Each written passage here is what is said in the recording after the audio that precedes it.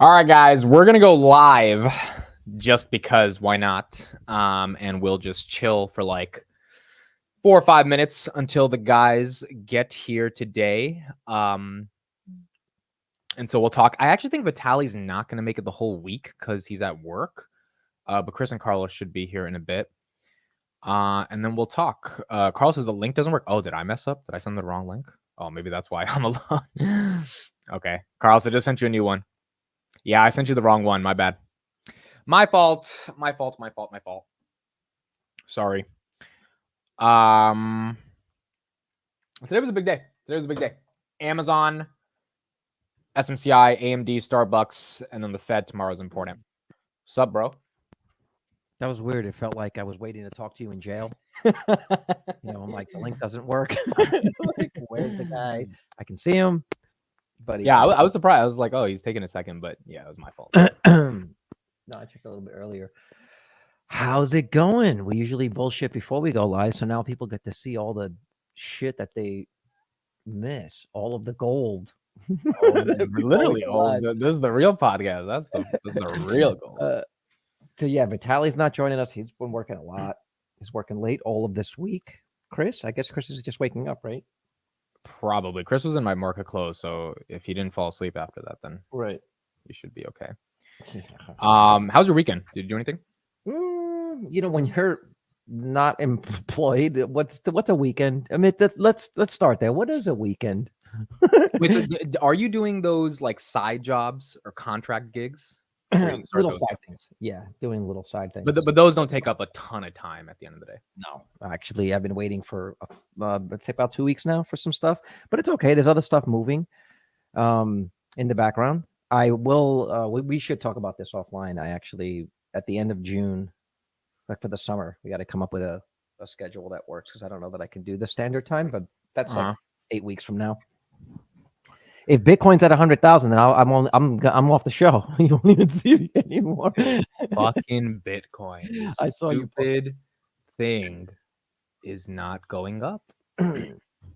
It's really upsetting, dude. Like there's longer term trends at play, so it can chop around like this. There are levels. It does need to hold like 59, 50. I think 57 is like a key level. If it holds that, it can bounce back around, back and forth between there and 60-something thousand. But if we don't run soon and we don't get any indication that we're going to get some relief on rates, then yeah, it's going to hibernate for the summer. Dude, hibernate? That's like... Hibernate, you could see 40,000. Dude, what? Don't say that. Well, like, you can see, I'm telling no, you. Do not say that's so. You could see 40,000 Bitcoin over the summer, and just when everyone thinks it's dead, Ethereum's at $2,000. Then all of a sudden, September rolls around. Dude, can you not be a bear? Like that's no. I mean, I've been here before, and I'm holding a lot of Bitcoin. Trust me, I want this shit to run. I'm like, let's fucking go already. Anybody watching us on Freelancer Finance in like 2000 and 2020, I'm like, yeah, freaking bull run. Still waiting here, guys. Dude, this is the problem. I don't know why, but the ETF demand has dried up badly. Look at this. Fidelity and ARK lost 60 million today.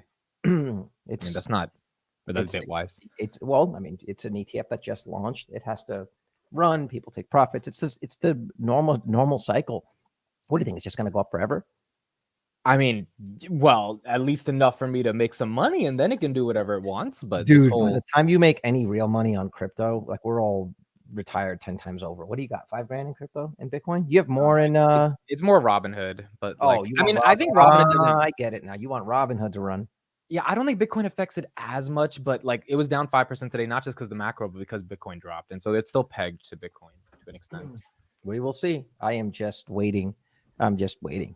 I got really nothing to say on Bitcoin. I'm just following the technicals. Honestly, right now it's completely just following technicals. So I feel good. I might have called the local top on Ethereum. I was texting Vitaly this morning. I took out some at about 3,100. I sold puts on hard. Damn, yo, literally TJ just sold puts too. And fuck yeah. Yo, a lot of shit has run up, man. I saw what are we talking about today? Amazon? Well, Amazon needs to freaking do a dividend. Well, the whole market crashed today because Amazon needs to do a dividend. SMCI SMCI. Yeah, we can make this podcast 10 minutes. Amazon needs to do a dividend. SMCI, yes, it's a bubble. Because their fucking guidance, not even the guy, the estimates. AMD is not NVIDIA. AMD is not it, right? AMD is not NVIDIA. And then Starbucks is too expensive. Starbucks is fucked, and the Fed they gotta pull their head out of their ass. On the hood puts, if your strike is 17 or 16, you have plenty of room, Michael, to roll.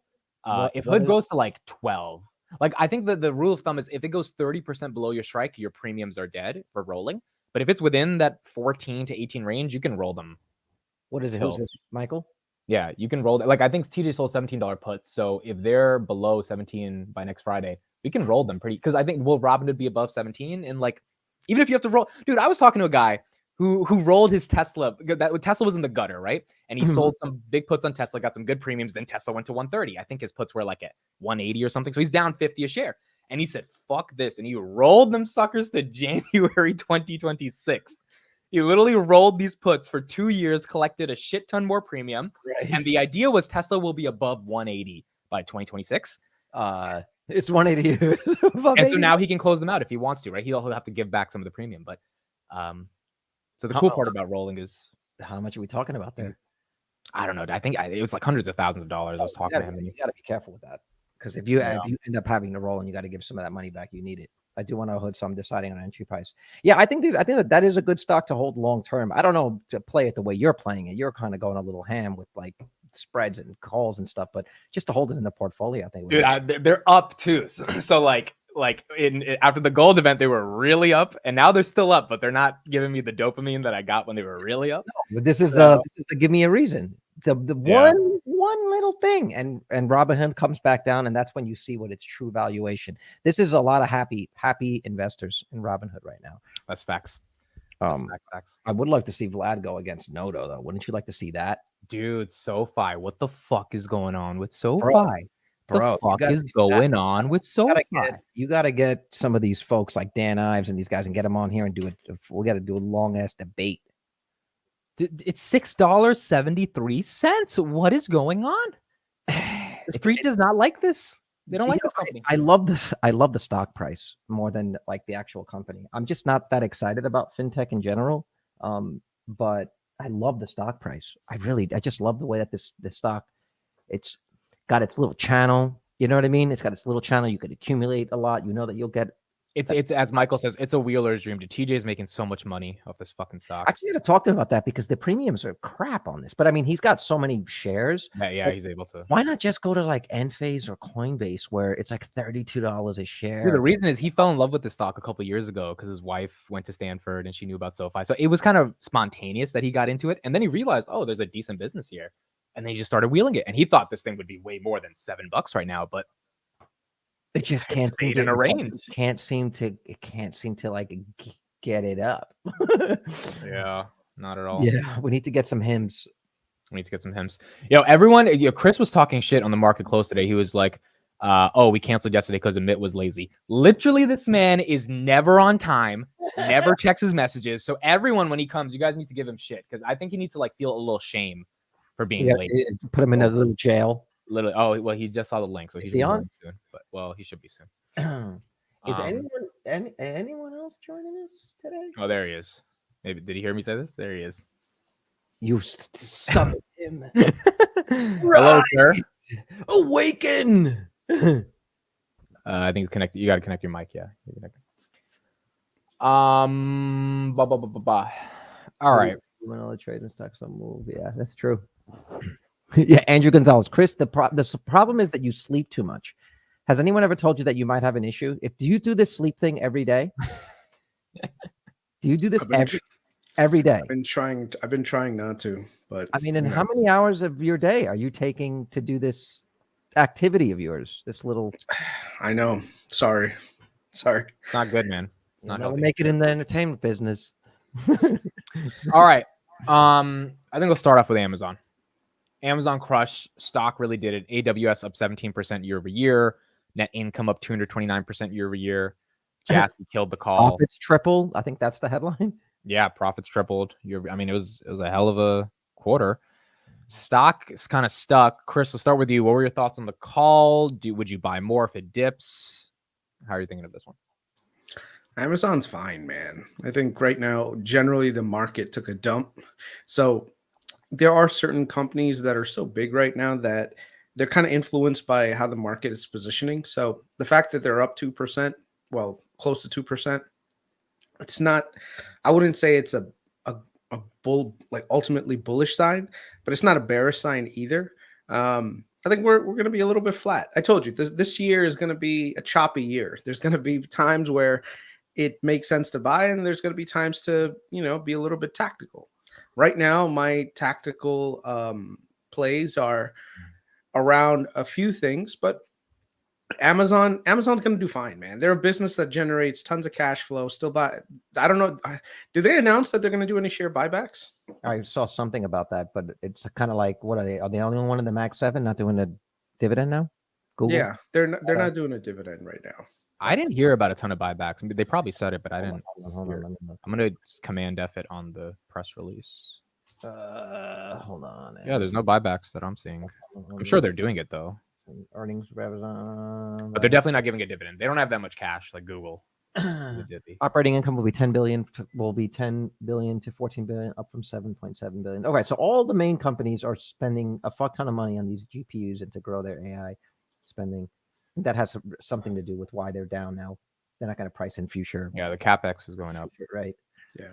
At least. But isn't it funny? Like, isn't that like the softball setup for a good trade? Yes. Yes. Like all these companies now, they're all spending the fuck ton of money. And since Wall Street, this is where you take advantage of Wall Street's short-sightedness, right? They cannot give them the multiple till they see it in the earnings, but we know where that money's going. Okay, so let's dissect that. Just take a step back and dissect it, okay? Right now, the four main players on AI spend, like just hardware spend, not software. We can talk about software another time. But in terms of hardware is Microsoft, Google, Meta, and Amazon. They're the only ones. I mean, to a certain degree, Oracle and IBM and everything else, but they're much smaller and they've got like hodgepodge of stuff. But for the most part, these four are the massive ones that are just building out infrastructure and all this other stuff. Now, them accelerating CapEx spend, it's a good sign that they are hopeful for the future. And that also means that they're actually seeing a ton of demand for the current services. Because if you don't see that the demand, then you're not going to invest in the future. So that's a good thing. The one that I'm actually very, very curious about why they would need to spend even more on AI CapEx is Meta. And I have a hunch that they eventually want to get into the data center game and that they want to actually have, like a cloud-based system very similar to GCP, to Amazon, and similar to Microsoft Azure that they can capitalize. Because at this point, where is Meta going to get more users from? There's just nowhere.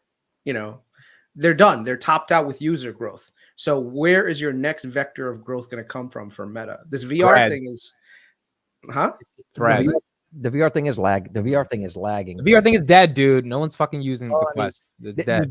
The street's gonna let them keep spending that money as long as he wants. He can run it for another 10 years. Okay, so the question here is, for them to become a hyperscaler is no joke, dude. And for them to compete with GCP, AWS, and Azure is also no joke. How practical do you think that is to do? Because I like the idea, but I don't know if it's practical for them to try. No, but Chris's point is, how do they continue to grow if they've tapped? No, I get it. It's a good idea to grow, but It's could they about actually compete in the data? It's the data. Okay, so my question is, can they actually provide cloud computing infrastructure to the Starbucks of the world over GCP? Well, it depends on what services that they would outline for that. There's a lot of businesses on Facebook, and a lot of businesses use WhatsApp, international businesses. So there's a market there, but it's about what they can offer. Because right now, it's not like Facebook has like a suite of products that they offer, like a Google or something. Okay, Chris, your thoughts? No, same thing. I think right now we're starting to see which companies can actually generate tangible returns and value from all the investments in AI. We know that Google can do it primarily because their numbers are going up. They have GCP clients, Microsoft, same thing, Amazon, same thing. Meta, on the other hand, Meta has been using a lot of that stuff internally. But from what I'm seeing, their CapEx numbers are just rising fast now. So question is, why are they investing all this additional money into AI cloud? Why? You know, and that, like I said, I'm just trying to understand it because I think they're I don't turning. think, I think it's just for their advertising to get better. That's it. Better GPUs, better ads. Like I don't think they're trying. I mean, that's I don't think they're going to compete with GCP and AWS. And Azure. And I think it's just a hard game to like. Even GCP had a hard time competing with AWS and Azure because they were late to the party. Also, would a company really trust Meta's cloud computing infrastructure? why not? Over, If they were using the same cloud for 6 billion people. I mean, a social What- media what- app's different than like, fucking BP using Meta's cloud. It's like an unproven cloud, untested. Yeah, that's part of the issue is that's not what they're known for. But I mean, Amazon wasn't known for that either. Also, I And- think you need more than 5 billion. I know they're increasing capex by 5 billion. You need tons of money to build a. And I think I saw something on BG2 podcast, so maybe when you guys can remember when they were talking about this, that they were surprised at how much companies move back and forth between these companies, between the cloud companies, where you would think, oh my God, I have all this data. It's kind of like a moat. Once you get them, they're sort of locked in. And some of the data They're agnostic. showing that they're actually they're actually going back and forth between the best deal and the best services. So to that end, if that is something that Meta wants to do, it's not like they won't be able to get clients, but you kind of have to define yourself as that, right? Because that's not what they're known for. Although the Llama 3 is the gateway. Right. So it was very interesting. Something that was said on the All In pod that made sense to me was, when you are closed source, that means that you're kind of like a mature product. You can really like create value by basically charging for your services. Like OpenAI right now with ChatGPT, Mhm. they are absolutely killing it right now. I was talking to I was on a Twitter live spaces with Hamid, who is the guy who created Savvy Trader. So one of the things that they introduced in Savvy Trader was AI transcripts, where basically with earnings, you can actually go through and get like summaries of transcripts and everything else from like our earnings report. Mhm. And I thought that was really cool. But the way that they're doing it is that the APIs are built on OpenAI, right? So right now, Right. OpenAI is getting money from this third-party service. So the key here is everyone thinks OpenAI is superior, so they're willing to pay for it. Llama 3, on the other hand, is open source and it's free. So some people may want to use Llama 3 because it's more cost effective. The question then is, why is it open source?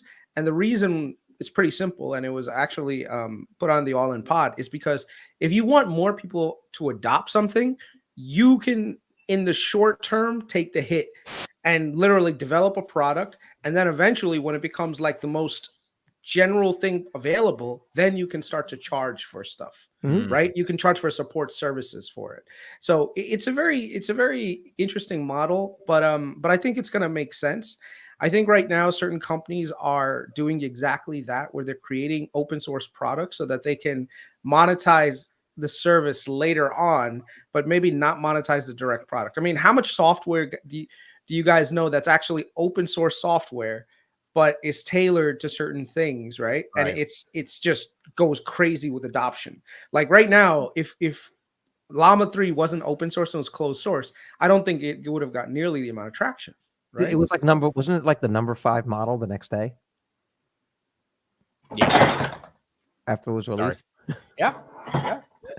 What was that? It's this thing that just fell right here. No, yeah, I think that's a really good argument because it's kind of like making an account private or public, right? If you keep it private and you have a set number of followers, it's only going to grow so much, and maybe those people engage. But if it's public and everyone has access to follow you, you can grow more. So I think same thing with Llama. OpenAI hasn't open sourced their shit, right?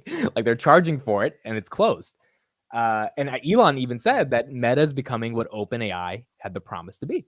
Promised to be, yeah. Which is really interesting because then, I mean, to KRIS's point, if they want to become a cloud or offer you a lot more cloud infrastructure and they already got you onto their LLM, maybe that's where it goes. I mean, I think Rango nailed it. 619. If you're behind, you're open source. If you're ahead, you're closed source. I mean, just look at. Well, that's fair. I mean, GPT is the best. We all know GPT is the best. And So I'm still in 3.5, and it's pretty good. I'm not. And I know have- some people, yeah, some people are going to say, well, which are some of the most successful like open source products? Like Linux. Linux is 100% open source, right? But then you have Red Hat, which is builds all the services around Linux. And right now, if you look at most server architectures, they're all Linux based. So, it goes to show that there's definitely value in being open source. So we'll see. Okay. Let's talk about Starbucks, because that one took a bit of a nosedive. Really aggressive fall. I mean, down 12%. I don't think anyone expected that one. No. I'll start off with Carlos on this one, then we'll talk to KRIS and kind of what he thinks this has implications for to Celsius. Starbucks down 11%. Revenue miss, China miss, North America sales miss, closing down some shops. EPS like 12-cent miss. Why do you think, or here's the question, Carlos, is the consumer not willing to pay, or is Starbucks not good enough to pay for? I think it's the consumer at this point. Even me, I make pretty good money, but even me at a certain point, I'm like, how much am I paying for this? Like every single day. I think I started responding to KRIS on X. There's a problem with this business model where it's like a premium pricing level product, but what you really want is the everyday. You want people to come in every single day. So that's one of the reasons why like Dunkin' Donuts was the best as a kid. You'd walk in there for $2, you'd get a coffee and a donut, you sit down and it became a thing. But Starbucks at $6, $7, $8, $9 every time you walk in. It's a bit pricey, and I'm seeing them emptier in my area than they used to be. I was actually considering investing them for a while because it was just always busy, that Peter Lynch thing. But they might be one too, where it's like, where else can they expand to? I mean, Starbucks is freaking everywhere. They're in every Target that I go to. They're in, you know what I mean? They have drive-throughs. Are we too late on this at this point? Is the question.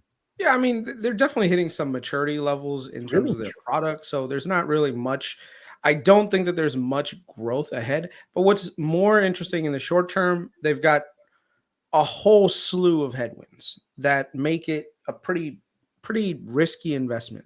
Number one, you've got energy drinks coming into the market and possibly encroaching on some of their space. I'm not saying that Celsius is out there taking away a ton of customers from Starbucks, but at the end of the day, I'm just going to imply it really hard, and then if you have like a $4, $5, $6 drink, and then you compare it against a $1 or $2 energy drink, a lot of people are going to be like, okay, yeah, maybe this is the option that I want to go with. Now, a lot of the stuff that I'm about to say is anecdotal, so there's no real data to prove what I'm saying. But like I said, this is sometimes how investing works. You go based on some anecdotes that you're hearing. And I think it's actually somewhat confirmed. If you go down, someone actually posted this on Reddit. People who are drinking Celsius drink less Starbucks. Like I know some people here. So scroll down right here. Celsius has some weird shit, and I cannot start my day off without a Celsius anymore. I went to Costco, bought 330 packs, cost me 50 cents each. That's 90% decrease in cost of caffeine compared to buying Starbucks. Anyways, I get the same amount of caffeine from the coffee, blah, blah, blah. But literally this person, especially because they're a student, they used to drink a lot more coffee. I remember being a student, and I used to be like, all right, in the morning time, go get a cup of coffee from Starbucks and study and stuff. And a lot of people are switching to energy drinks. So energy drinks overall are growing, right? So if you look at the Monsters of the world, Red Bulls of the world, and Celsius especially, they are growing, which means that there is a certain demographic that's switching up, and that can cause some headwinds. Then you have the Middle Eastern boycotts, where basically because of certain, I think, political stances that maybe Starbucks might have adopted, there's a general boycott of Starbucks in certain regions, and especially among the Muslim community. So that could actually impact them also. And then last but not least, China, which is another market for them, because of all the back and forth between, US and China, the Chinese are actually probably switching a little bit of their buying habits to some of their local brands that provide similar services like Luckin Coffee. And that's why I was actually mentioning that on AMIT, your stream. If you look at Luckin Coffee, they've been growing. So they're definitely, growing. Like, that means the consumers are choosing something over Starbucks. So this is where I'd say those are just some quick headwinds. And then the major headwind on top of all of this is the unionization effort within Starbucks, and the cost of employees. Those are rising like. So you think it's the Starbucks issue? It's not a consumer issue because consumers are choosing other things essentially.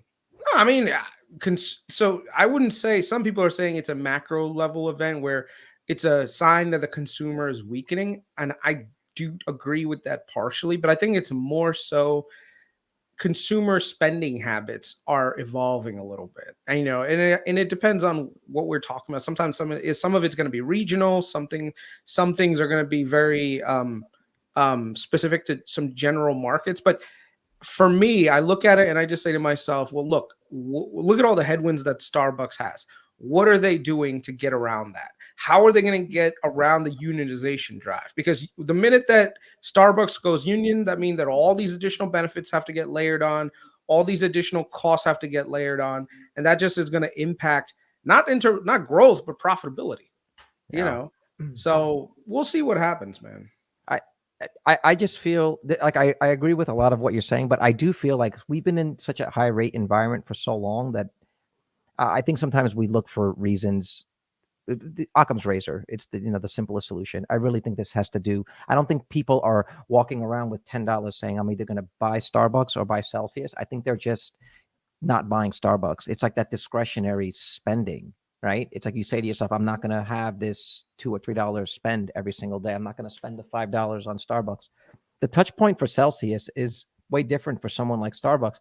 If you really want Starbucks, you either have to go to the store or you have to go to a location to pick it up, or the couple of items that you can buy in the supermarket. Whereas Celsius is everywhere. It's inside the college campuses. It's inside the gyms. There's just a whole different way that customer can just go in there and grab the product. I mean, even under what you were saying, the tweet you posted, somebody's like, "Oh, I went to Costco and grabbed a 30-pack." So you have that sort of bulk purchasing once somebody gets in. You don't really see that with Starbucks. I honestly think that this is just a weakening consumer. And I think in the same way that, say like dealership data is delayed because they have a dealership network, right? So a company can report a vehicle as having moved once it goes to a dealership, and that creates a delay in the numbers. In the same way, I feel like that's what we're seeing with the economy. There is a weak consumer, and they're offsetting it with credit right now. Look at the credit. Credit is at an all-time high. That's what I think is happening. Because I know myself, when I'm trying to tighten the purse strings, the first thing I do is cut out that discretionary spending, that $5-6 coffee every day. And so I think Starbucks, the way that they're going to, the way that they can proceed is automation, believe it or not. Yeah, I think that's the thing. They got to cut costs. Yeah.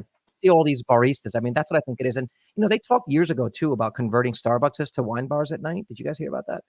They ran a pilot program in Manhattan. I think it was in, 23rd and 6th, where the Barnes and Nobles used to be. They would turn it into like a wine bar or something at night. I feel like that is something that Starbucks could do, because you got these stores closed so many hours in the day. I feel like there's one thing I do want to address. Some people are saying energy drinks are bad for you. They are. Okay. They are. Okay. Yeah. So does that mean energy drinks are bad for you especially if you take too many in small doses? I mean, in big doses, if you take too much, it's bad for you. I think Celsius is a little bit healthier than the other ones that are just loaded with a ton of sugars. We can agree to disagree. The bigger thing is, what does that have to do with total sales? Because as far as I can tell, most consumers choose poison, right? Look at cigarettes, right? Tell me, does cancer? We know for a fact smoking gives you cancer. Yet smoking rates right now are actually pretty high. Alcohol, but donuts make you fat, and people eat. People eat alcohol. Right? You have sex and you get a disease. People still do that. Yeah, literally, when you become an adult, everything you do is getting you closer. Everything you can do, nicotine will kill you or someone else. Exactly. So it ends up being one of those things that it's an educated decision on what you think. If you think sucralose is bad, like someone's saying right now, okay, don't drink Celsius. Drink something else. But don't you think it is a little weird that this random drink is overtaking people's coffee? Like, this guy's drinking it in the morning every day. No, I feel that's very suspicious. Dude. It's not. Like something's in that drink that's peculiar. It's absolutely normal. This happens in waves. Dude, I tried all the flavors. It's just disgusting. It's like what Chris was saying. Horrible. it's like what Chris was saying. Starbucks was able to grow when Monster was released, and Red Bull. It was growing throughout all those years when those things were the mainstay. Celsius is just the new one. It's just the new one of the energy drinks. It's a taste that you haven't heard. It's addicting initially, but in a few years you get used to it, and it becomes a bit passe. Especially if they're going like after the college crowd and or the younger crowd. When they grow up and they grow out of that, they remember that as like, oh, that's the drink I drank in college. Like I drank vitamin water or Snapple or whatever the hell it was. I don't drink that stuff anymore. One other thing, and it's something that I heard recently that made a really good point. Inflation is bad. To a certain degree, but not all inflation is bad. So if you're talking about 5-6% inflation, that's bad. 2% is actually healthy. That's what we want, 2%. But one of the things is all of our favorite companies and favorite brands, dude, they can just keep raising prices. As inflation goes up, costs may end up going up also.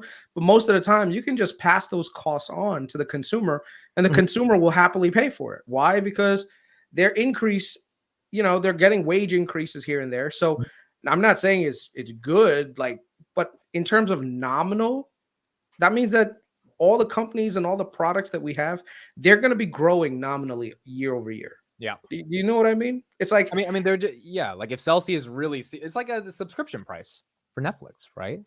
Like eventually, if you're hooked on it, it just goes up $1. I forgot what it is. It's like you keep instead of going up $10 overnight, you go up like $1 for every couple of months. $1 here, $1 there. Yeah, Uber Eats. I used to use it every single day. Now I just can't because the fee is just so high. But that's the point. It's that battle between volume and margins. This is what it comes down to. Do you want to move margins, or do you want to have high margins, or do you want to move more volumes? And Starbucks is great. Starbucks' pricing is insane. I mean, even if you drive a few blocks in my neighborhood to another Starbucks, you'll see different pricing depending on the area that you're in. They've got that on lock. So because of all of this, it leads me into a really great investment company that I've been thinking about for a while. And finally, I think it's time. Palantir. Hershey's. Palantir? Dude. We've been waiting forever. I hate Palantir. Finally realized they're the modern. Literally, y'all make me hate Palantir because you guys are so. I did something this weekend. I tuned into Palantir Weekly just to listen. You did? And it's just still a circle jerk. Like it's like, yeah, guys, Palantir. They got so sad, dude. $4 million. Fucking Chris made the podcast with me, and then he just decided fuck me in the fucking ass, dude. Philly just tied the game. Oh, they just tied the fucking game, dude. Yes, I have the game pulled up, dude. This is the Knicks. We got it. They just tied the fucking game. It's 97-97. Yeah, Hershey. But I digress. Back how to did they time? Mr. Beast takes full credit for the destruction of Hershey stock, by the way. The Feastables. No, not at all, dude. Not at all. Mr. Beast is not even like a bee sting to Hershey's. So I wouldn't go that. But I saw your post because you're saying that the price of cocoa is skyrocketing right now. So okay, why are you buying Hershey's? Yeah, take a look. I'll show you. It's very simple. Go to here. So you can see here cocoa prices because of West Africa, where a majority of the cocoa production happens. I think 60% of the world's cocoa production happens in West Africa. They had some really bad weather, and that caused a lot of diseases in their crops.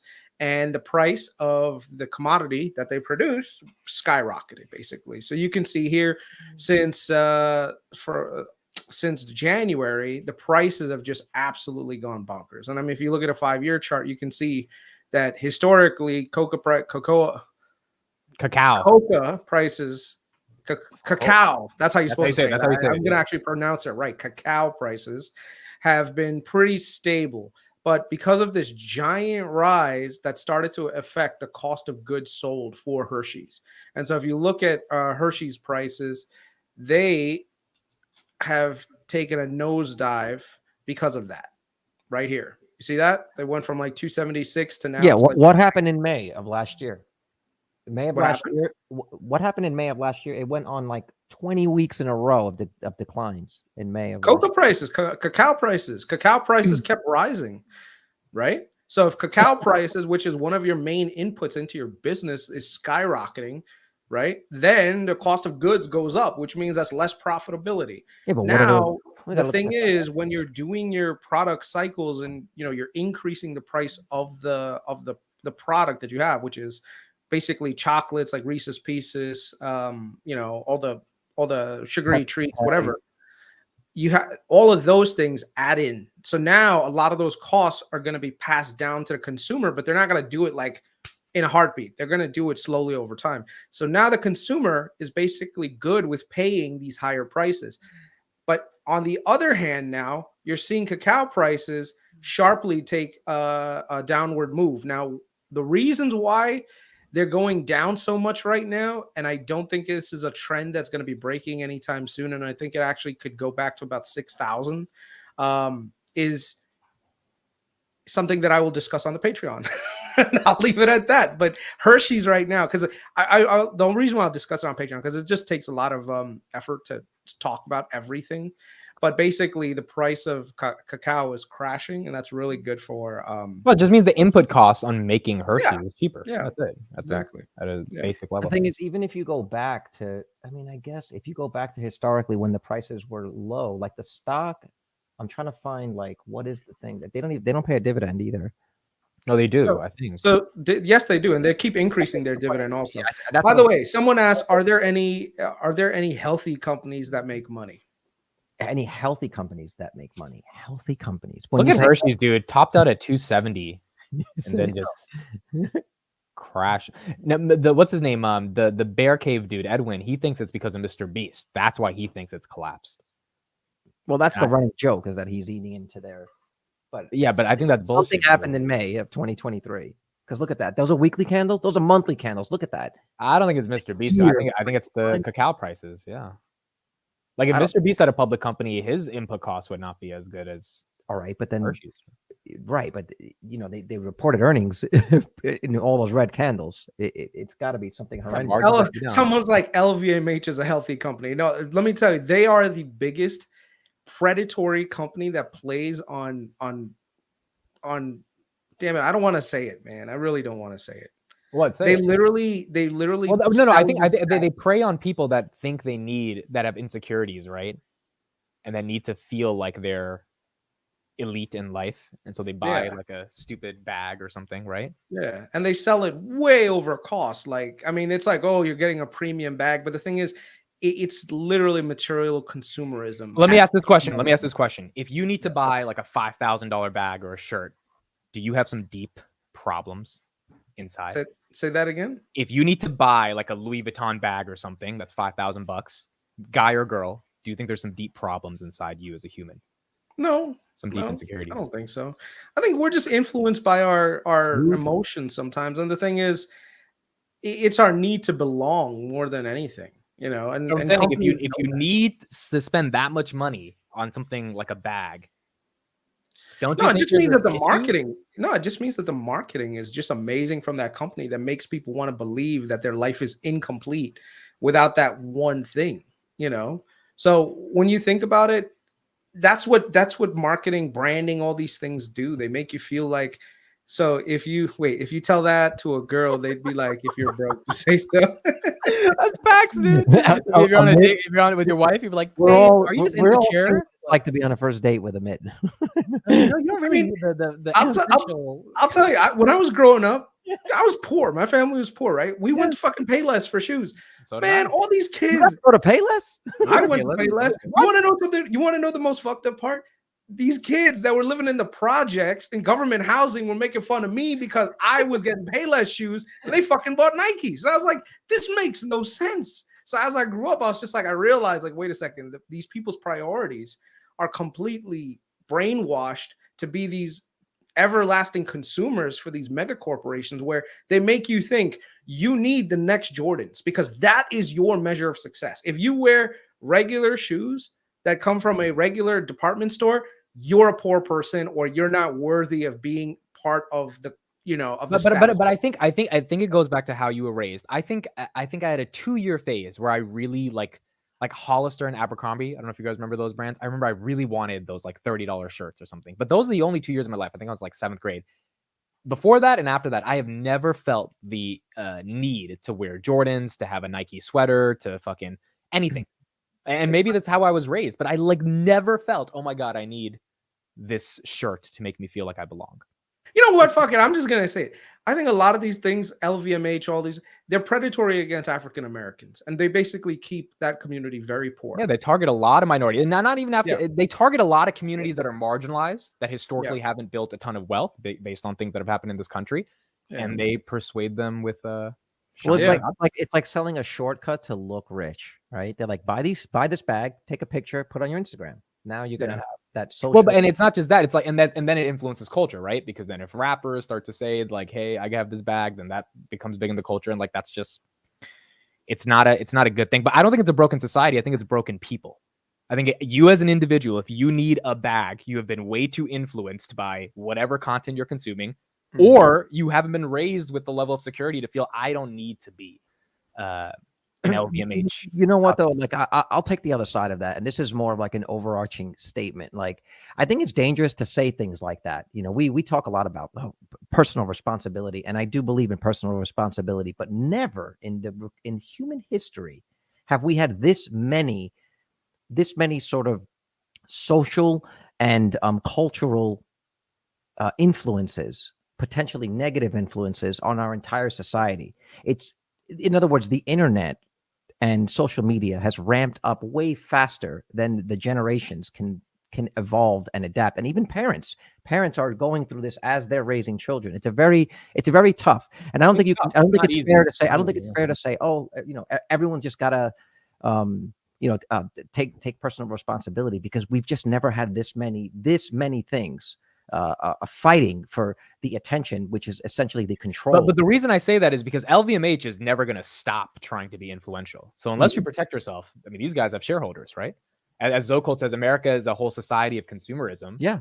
So if you don't protect yourself against, you know, my point is simply saying is that in the last 20 years, the consumerism effects are a lot stronger because there's so many more vectors that they can get. I agree. Consumer. They can get you, they get you the moment you open your eyes in the morning, you grab the phone. So I think you're right, but it's a little bit unfair because we've just never had to deal with this before. I think we are still figuring out in a society how to raise children or raise a society that has, say, the certain values that we come to know as Americans, but with all of these other things that are now influencing what was normally a process between parents and their kids. Now it's parents, kids, teachers, social media, influencers, et cetera, music. Well, that's my thing. Even Laura says, like, if I had, an extra $5,000, I'm not thinking of buying a bag. I'm thinking of buying stocks. And I think that's also a difference in just like where your interests lie, right? It's like, how do you get more people to think, okay, this 5,000 is better on the stock market versus a new chain? Like, I've never felt the need to have jewelry, dude. Like, I used to wear rings. There were Amazon rings. Yeah. Right? Like, I never felt I need to. So you're telling me that Bitcoin that you got me isn't real gold? It's not real gold. Tell me it's fucking some fake. Dude, the only gold I have is fucking the Robinhood gold card that Vlad got. That's all my gold. Like, oh damn, so yeah, we're in 5,000 in stock. That's our thing. Some people just like that's true. It's only an unhealthy habit, Laura, if you don't have the money to spend. If you've got the 5,000 to spend, then it's not going to hurt you, and you have stocks and you have your investments, you're fine. No, but you have to be at a certain level of wealth to just blow $5,000. You know what I mean? Like, you got to be up there. Otherwise, you're a fucking idiot. Like, let's just be honest. Yeah. But the problem is, it's that false expectation that social media presents that distorts real stuff. Like, and I mean, this is where even social media is a bit cancerous too. I mean, you think about the declining birth rate in the United States, also like this huge gap between guys and girls getting together now than ever before, right? People are choosing older and older. Why? Because, I mean, this is going to be like the most red pill comment, but I really believe in that whole thing that's happening where the Tinder generation is basically so fixated on, I need to have a guy that's 6 foot tall that makes 6 figures with a 6-pack, that now you have these women that have these delusional aspirations, and there's like maybe 10% or maybe the top 1% of guys are just drowning in women, and the rest of these dudes are just fucking like, hey, I'm just a normal dude, I'm a good guy. Yeah, but you're not 6 feet tall. What's messed up about it is that the perception on social media is what's giving people these false these thoughts saying that, hey, this is what's normal. This is what we have, you know, and that's not normal. The normal thing is finding someone you love, someone that loves you back, someone, you know, you don't have to like find that guy that checks off all these boxes or or girl that checks off all these boxes. Like, you don't need to be with, oh, my wife needs to be a baddie. Like, the fuck is that? And bullshit? I agree with you. Cares, And I think it's also the influence of the bags and the LVMH and stuff. I think that is universal to an extent. So there's like a part of the African-American community that's influenced by that. And then I see, if you go to New York, these Asians, right? I think someone said in the chat, all of them have the designer bags and shit, all in Soho and stuff. And like their influence. And then in China, they have all the knockoffs, right? And like that creeps into their mind. And then obviously Paris is like where all this stuff comes from. So I feel like universally, every different consumer demographic and segmentation is influenced by this shit. And that's why it comes back to you as an individual have to figure out how the fuck to protect yourself from this shit. Because like across the entire world, you will feel the need based on whatever culture you're in to like look cool or get the bag. When in reality, the bag should be a bag of stocks, not a bag of, you know, with an L and a V on. Like, that's so fucking dumb, dude. An L and a V, that's what people are excited about? An L and a fucking V? No. It's more than that. No, it's not, dude. It's an L and it's a V. I'm about to look up a bag right now. It's an L. I'm just saying that it's not just bags. I'm saying these guys, they own all of these luxury brands. Like, if you look at like all the brands that these guys own, it's crazy, dude. And it's internationally, they own all of these things. They've really cornered the how market. The fuck is this what people are excited for? Come on, bro. I don't know, dude. I don't know. You can get a knockoff of this in Chinatown. Buy one for your girl, and you'll see. And then you'll see. You want to know what's even worse? They love it. These motherfuckers will build shit like this, and if it's unsold, instead of like giving out an inventory, like we're selling at a discount, they'll destroy it. Yeah, they destroy it. One of my girlfriends used to work at Calvin Klein, and so she would go to these sales when they had all that extra inventory. Before they destroy it, Chris, they do a sale for all the employees, and they send out like a list and say, "Here's what we have," and then you can run down, you can pay for it like cost dirt cheap, and then they destroy the rest. Dude, who's paying $3,500 for this? People like, people who is paying that? Someone put $3,500 on a penny stock. All right. But at least there's some potential there. This is the same. It's the same shit. They're selling. And by the way, people that sell bullshit stocks to you, they sell bullshit crypto. Look at all right. Michael, I guess, is balling. Fucking that. Michael's like, you know how I know this? You know why this is also personal to me? I don't like this shit, dude. My mom, if she had 3,400, she would buy that shit. Like, my mom loves this designer shit, dude. My mom loves this. She'll buy like a $200 bag, right? She's not at the level where she's buying, but if she gets to the point where she has unlimited money to just, she would love it. She love it. She loves this material shit. And I don't. And it's weird because she raised me to not care about materialism. Next thing you know, there's a fucking Amazon package every other day for some shit. She loves buying shit.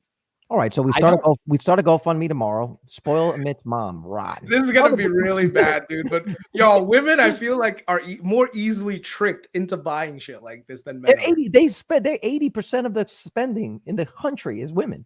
They're buying all the groceries. They're buying all the clothes. How do you justify 3,400 on a bag? It's a bag. That's all it is. You know what's sadder? For the two women in the chat, please tell us why. Or a shirt. It's man a looking shirt. at a freaking bag right now, wondering what the fuck. you know what really irks me though? They're trying to get dudes to fucking buy bags now. You know, with all the fucking like NBA guys and celebrities. You ever seen that? Yeah, They're wearing freaking crop top dresses, right? Or and shirt. bags. Yeah. What is going on, dude? I don't know if that's gonna catch on. No, this is the bag. This is it's that like thing you wear over your like chest.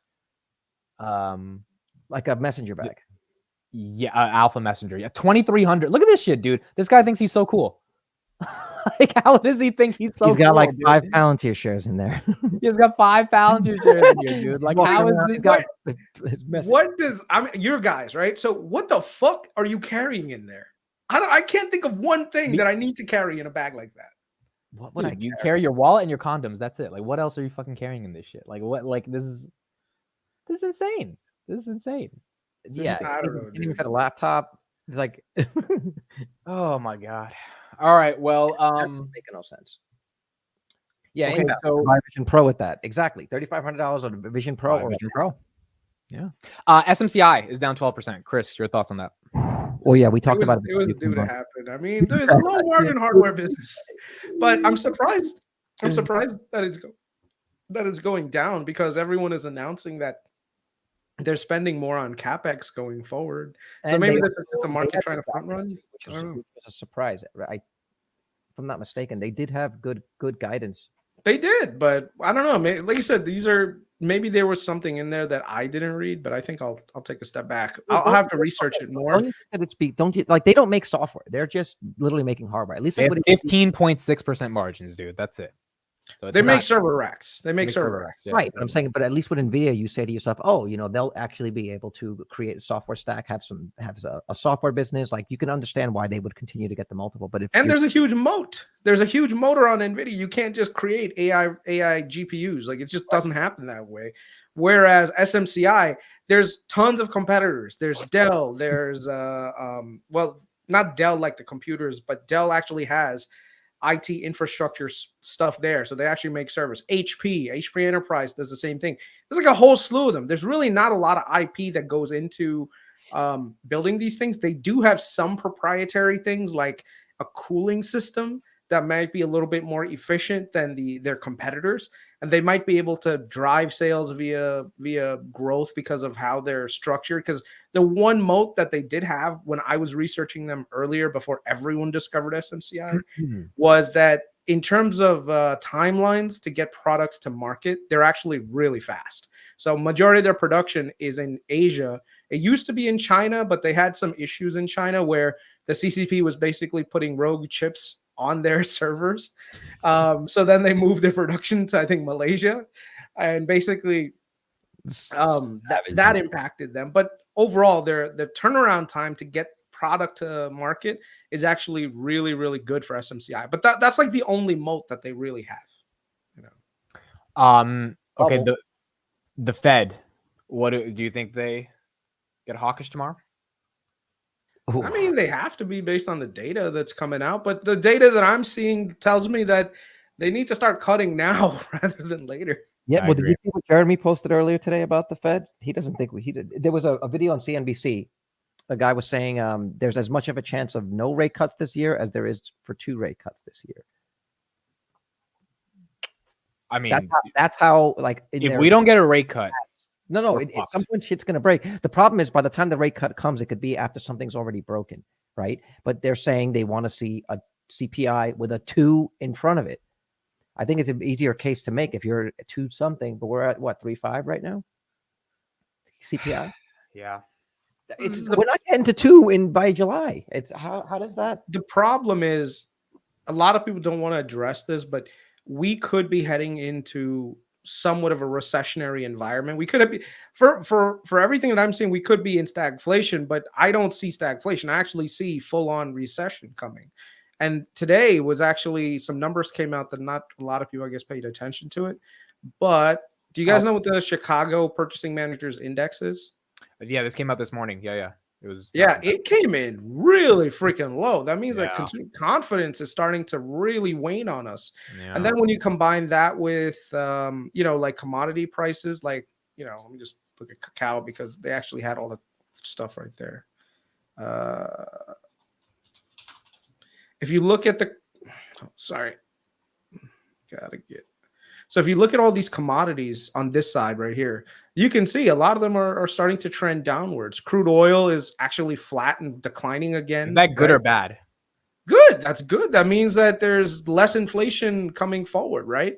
One of the main drivers of inflation recently has been the higher price of oil and gasoline, because oil and gasoline ends up filtering into the logistic costs for all these products, goods, and services. So if the price of gas comes down, that usually filters down into the general economy, which is good because that means that now you're getting less inflation. If people are paying less at the pump, companies are paying less for logistics and transportation costs, those things end up being good.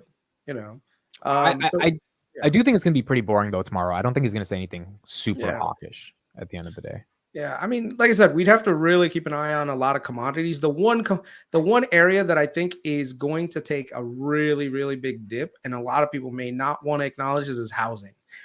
It's going to be very regional, but if you look at the price of lumber, look at this. Lumber has actually crashed down to pre-pandemic levels again. Remember, like 2 years ago, everyone all they could talk about was how lumber was just absolutely freaking bonkers. I did a remodel in 2020 and then did one in 2022, and I can tell you it was like $3 or $4 a 2x4. Then it was like $8. Yeah. So if lumber prices go down, that means that now homes could be built a little bit cheaper, right? And that means that there can be more home building. The other thing is, if you look at multi-units, construction, there are a lot of there are a lot of actually it's this one. Sorry. Why do they call it Fred, by the way? Federal Reserve Economic Data. Oh. You know, I thought they were just trying to be nice or something. Like yeah. What's the number? Yeah. Under construction right here. The number of units under construction right now is literally at one of the most historical highs. Look at this. Literally, the amount of apartments being built is sky high. All of these things are going to come on the market in the next few years, which means they're going to depress rent prices. And if they depress rent in certain areas, that means that shelter as a benchmark for inflation is going to go down. So right now is, I think, the perfect time that the Fed can be a little bit smart, start to take some proactive actions and start cutting very slightly, and instead of waiting, because I think the longer they wait, the bigger problem that they're going to have in the future. You know? I'm with you. I posted this this morning. Where is it? Do you see this? Yeah. Yeah. And this is just, again, anecdotal. Real estate's completely collapsed. There's no question. Don't let anybody lie to you. This is South Padre Island in Texas. Lived there for more than a decade.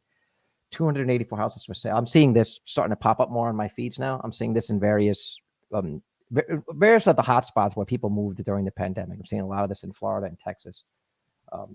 So there is data out there that, yes, whether it was people who relocated or a lot of people that had the same idea to buy rental properties and max out the Airbnbs, they're all coming back on the market now, or they're sitting empty. Dude, certain Airbnbs are getting absolutely fucking destroyed. Mm-hmm. Have you seen that? What, the ones where the entire unit economics? The units? Yeah, I haven't seen that. No, I'm saying like in terms of like profitability, they're completely getting like crazy killed right now. I've seen, you know, and that's the thing, when you have an economic downturn, short-term rentals are terrible, you know, because that just means that people are going to be traveling less. If people travel less, you don't have as many clients. Now you have to deal with the fixed costs, which you took on when you bought these properties. Some of these properties were bought at the tops in 2022 and 2021. So what are you going to do now? It's all about what it is. It's all about when you bought. Yeah. This is one that I saw. This is how I think you do it right. This one says, this Airbnb I built now stop printing money for us. Here, I'll start from the beginning. It's just, that's this music. Where is that at? It looks like $110,000. They don't say where it is, but $110,000 built it out. It's nice. Something like this you could see is great. $110,000. But yeah, dude, Airbnb really is such a cool business. People can literally live in a dream part of the world for like a couple $1,000 in a vacation. It's a great idea. But just like Uber was a great idea, but ultimately the fees. It's just the fees. Yeah. Airbnb. Well, and it's also pretty bad depending on what part of the economic spectrum you're in, because like, okay, Atlanta, a lot of people came in, started speculating the shit out of the area and just bought up. Same thing with Nashville, started buying up all these properties that could go to like families that want to buy homes and live in them. Instead, you just got a whole bunch of people Airbnb being like, there was this guy in New York City before like the Airbnb rent laws came out. This guy would lease like 100 apartments at a time. Okay. And he would just Airbnb them. Right. So basically he would take, a long-term lease and just do like short-term rentals on them. Now, yes, he provided a service for people trying to be in New York City, but that also meant that all the people that work and live in New York City, their rent started to really go crazy high. So New York eventually had to crack down on all that stuff. And I think that's happening around the country in certain areas where you're seeing a ton of people being put on the streets, even with a fucking job. Like I can't believe there are people out there right now that are homeless with a job and have a job. Yeah. The guy, you see about that guy at Google who lives in the van at Google, he sleeps in the parking lot. He's like, it's cheaper. and I go inside, take a shower. Honestly, it's not a crazy idea to do it. No, and that kid's he's gonna be a millionaire. He's saving all his money. That's what Jason DeBolt did. He lived in his car while he was buying Tesla in 2017 or whatever. And now he's and pre-split, he had 40,000 shares. So he's sitting on. So he has what, 2 million shares now? Because they did 200,000 shares. That's a lot of shares, dude. Yeah, no, he's fine. It's a lot of shares. But the Airbnb thing is the same with Uber. It takes a while for it to balance out, right? It takes a while for like initially people are all going to have the same idea, buy up all the properties. They're going to, some of them are going to go empty, raises rent prices. Then eventually they have to capitulate and sell, and those homes go back. And eventually the area will have a good balance, right? Between owner occupancy and then the right number of homes that can stay rented long enough where it makes sense for someone. But it takes years for something like that to play out. It just doesn't happen right away. And you've got all these other macro things that are happening in the background too. But no, I'm not bullish on Airbnb as a stock, and I don't use them anymore. I'm so fed up with the customer service that I try to avoid using them. VRBO is a little bit better, but. So what's a little bit weird, and this is the thing that people don't necessarily realize, the business model at the ground level of Airbnb is actually the same business model that's applied at WeWork, except WeWork took on all the risk, whereas Airbnb has shifted that to all the owners. Okay. So the reason why WeWork's business model didn't work was very simple. You have long-term fixed contracts that they took out on office buildings and office space, and then they would rent out short-term, right? Mm-hmm. And basically make money on the spread, because the short-term they could charge more over a monthly basis. So if you think about it, Airbnb is the same thing, where you have all these people that are buying a house, taking out a loan, and now you have a fixed cost that person has to contend with. Now, Airbnb, during good times, when people are really renting the crap out of their properties, they're going to do well. They're going to actually make money on their costs and then some, and that's their profit.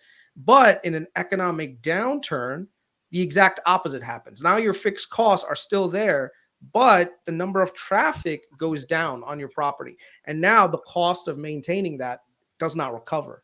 And so that's where you get screwed over. So I think there was a YouTuber, I forgot her name, that did an Airbnb, and I think I know what you're talking about.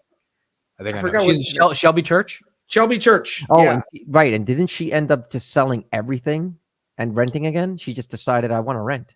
I don't want to do this anymore. I don't want. Oh, she bought a home. Yes, and she was like, I don't want to do this anymore. Yeah. So it just goes to show that, if you just have to. Whenever you're trying to do something, just look at the business model and then figure out if that's something that you want to be in. Like I was watching a video the other day about different businesses that make money and that other businesses that don't. So if you think about like, and this is interesting, laundromats actually have a ton of ROI. Yeah. Right. Yeah. Versus some of the other businesses that are out there that have no ROI, and people think, oh, it's easy, it's blah, blah, blah. But no, laundromats, bro, you just go there, you're collecting most of these, things, they depreciate over 20 years. Average income is $250 a year with very little overhead. And if you do the wash and dry service, you know what I mean? Where you wash them yourselves and you forget it, you make even more. I was researching that in January, actually, those kinds of businesses. They actually do make a good amount of money. Yeah. I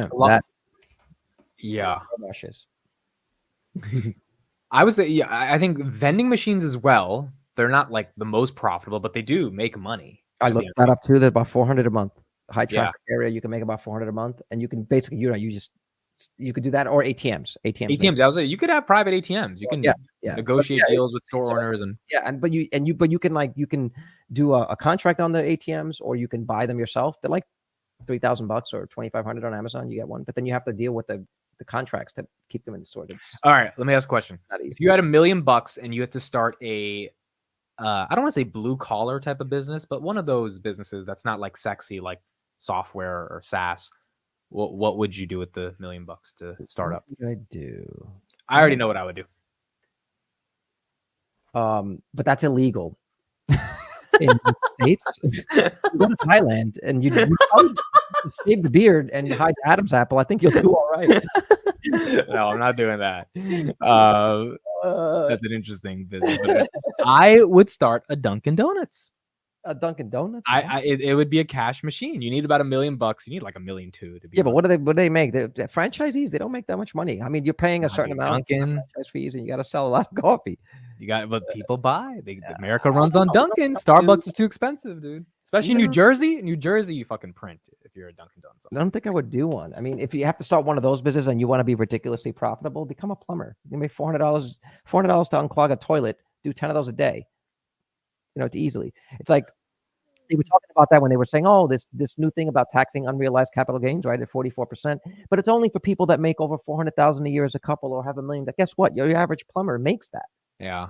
So they're trying to make it seem like, oh, we're going after the, make the super rich pay their fair share. That's actually a lot of small businesses owners in that level. Okay, so I said Dunkin'. Go ahead, Chris. Yeah. I would start a breakfast buffet chain. Breakfast, but like, what's the differentiating variable here? Yeah, how do you compete with Denny's right now? IHOP. Okay. Why am I going? I don't have to compete. I picked the franchise. I don't have to compete. So over time, I've noticed breakfast costs are just going higher and higher because of all the additional input labor costs that you have to do with like service and stuff like that.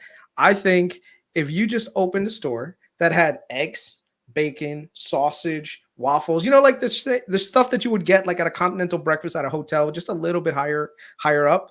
Right. And basically imagine right now you can go $5, all you can eat breakfast. Go ahead. And everyone every day could just come grab. Wait, hold on. You think you're going to be profitable at $5? I know two guys that'll bankrupt your ass for $10. Yeah, dude. How are you going to get away with $5? $5, you can't. So do that. if you think about it, when it comes to like making all of this stuff, if you make it and you buy it in wholesale in bulk, it's actually relatively cheap, right?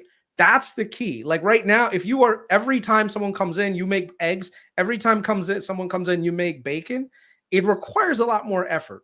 It requires a lot more work to be put in. Right. Whereas if you just had it like a buffet style, I mean, you think of all these Chinese like buffets in New York City where they actually have crab legs and still able to fucking make a margin. They're not $5 though, dude. It's almost $20. No, they're not $5. But I'm saying make it something reasonably low so that people are attracted to it and something that people can afford.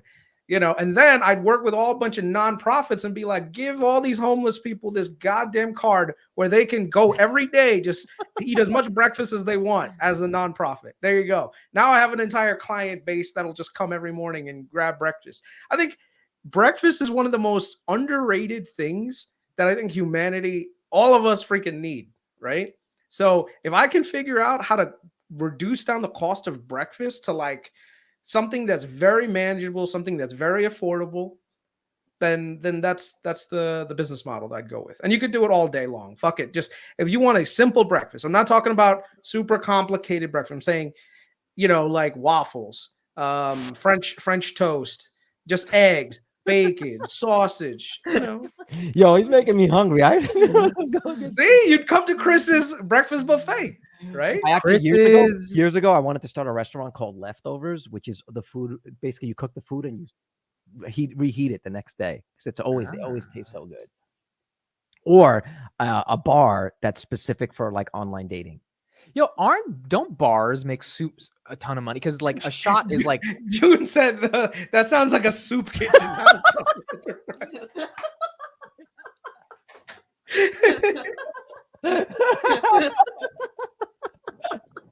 That's great. Chris is like being charitable or shit. He tried to make a profit when it's like, well, look, that's actually but you didn't think you're making a profit. I mean, I don't know. I don't know if dude, $5 you're not making a fucking profit, bro. Listen. I'm sure that I just threw $5. This man charged a Patreon subscription to get breakfast, dude. It doesn't. Your Patreon subscription's 100% margin, Chris. It doesn't work like that when you got to buy the eggs. First of all, I'll say two things. Number one, I just threw $5 out there. I'm sure that it could be $7.50. I don't know, whatever. It's just you have to find out what the market pricing is. You have to put it to like the locality as well. With inflation, that's $25, bro. But that's the point that no one wants to spend because I go eat at breakfast and I'm spending like $40 between me and the wife, and I'm just like, bro, you're like, it's a fucking how are these eggs $29? Exactly. So if you could go to Chris's breakfast buffet, that's like way cheaper. So we need a better name than this, dude. What the Chris? We need something that like sticks. Chris's. You call it Warren Buffet. Warren Buffet. I like that for the win. I like Don't steal my idea. Warren Buffet. There you go. That's it. All you can eat. And the only drink you serve is Coke. The only one. It's like I said, it's an interesting concept. It's something that really have to take for it to work. But I think overall, I think that there's a market for it. I think right now people are fed up with high restaurant prices and they're just looking for some cheap alternatives that they can. And the thing is with breakfast, everyone needs to eat breakfast. No, they don't. No one wants to actually make Not breakfast everyone. every single morning. No one wants to make it, but you. I mean, there's a big market for breakfast, but a lot of people don't eat breakfast, you know. But there's a big market. I agree. Yeah.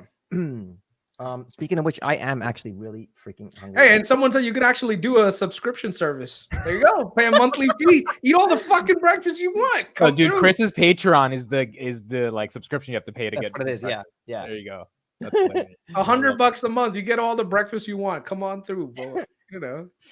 Dude, that like a gym, dude. I pay $30 a month. I haven't been going to the gym for the past like month, but like, dude, $30 a month, they're getting it from me, and They're getting it. I'm not using their equipment, so This That's is right. free Join Chris's breakfast buffet, and was it $50, maybe $100 a month?